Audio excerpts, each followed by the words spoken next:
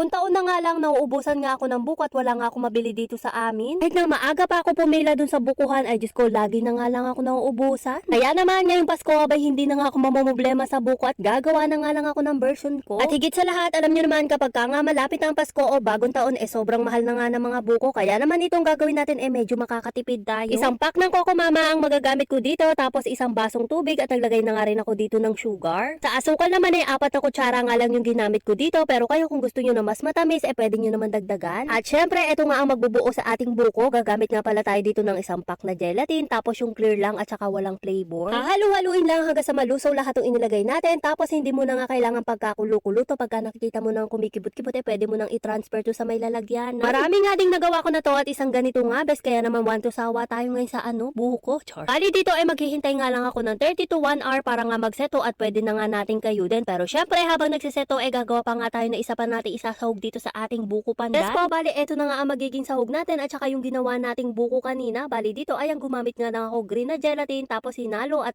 pagkatapos nilagyan ng asukal. Tapos nilagay ko na nga sa isang lalagyanan at hihintayin ko na nga lang din to mag-set. Pero syempre, eto nga munang buko na ginawa natin ang uunahin natin at nag-set na nga siya. Bali ganito na nga ang magiging itsura niya kapag nag-set siya. Tapos pwede na nga nating kayudin niya na parang buko. Sabi ko nga sa inyo, dun sa isang Coco Mama, marami na nga yung magagawa natin at naka-andi buko na nga tayo. Tapos hindi na nga kami mag-aagawan dito, bes. Lalo na nga kapag gumagawa ko ng ganito, ang habol lang naman ni Mabi, puro buko. Tapos ganito na nga pala magiging itsura niya. Pero syempre, isa-set aside ko muna at yung kaninang isinet ko na kulay green, ayan, hihiwa-hiwain ko naman na maliliit. At eto na nga rin ang magiging sahog dun sa may buko pandan natin. Pagkatapos ko lang paghiwa-hiwalayin to, ayan, inilagay ko na nga yung natin, homemade buko. Kala ko nga hanggang ilalim nakayod ko na, abay hindi pa pala. Ayan, meron pang buo-buo, pero okay lang yan kasi kami lang naman ang kakain, bes. Siguro, bes, sa buko makakatipid ka, pero sa mga ilalagay natin ay naku, bes, nagtaasan na nga sila. Sobrang taas na nga ng bili ko dito sa Nestle cream at saka nga dito sa may condensed. Yung 2-in-1 nga sana yung bibilin ko, ang kaso wala nga dito at medyo makakatipid kasi ako kapag yung 2-in-1 yung ginamit ko dito na creme densada. Bali, ayan, inilagay ko na nga isang pack ng Nestle, isang lata ng condensed, tapos isang lata nga din na iba. Pagkatapos hinalo-halo ko nga lang, bes. Pagkatapos nun, abay ilalagay ko na nga to sa rep at maya-maya pwede nang balikan at lantakan. Tapos makalipas ngayon 2 oras ganito nga magiging itsura niya. Tapos nakalimutan ko pala maglagay ng cheese dito, kaya ayan, nagpahabol ako. Yung sa cheese, abay optional lang naman yan, bes. Kung gusto nyo nga maglagay dito, okay lang. Kung ayaw nyo naman, okay lang din. Tapos syempre, hinalo-halo ko lang at pwede nang kainin. O diba, kung katulad nga kita na laging nauubusan ng buko, ay naku, bes, eto na ang sagot. Gabay gumawa ka na nga lang ng sarili mong buko, abay pwede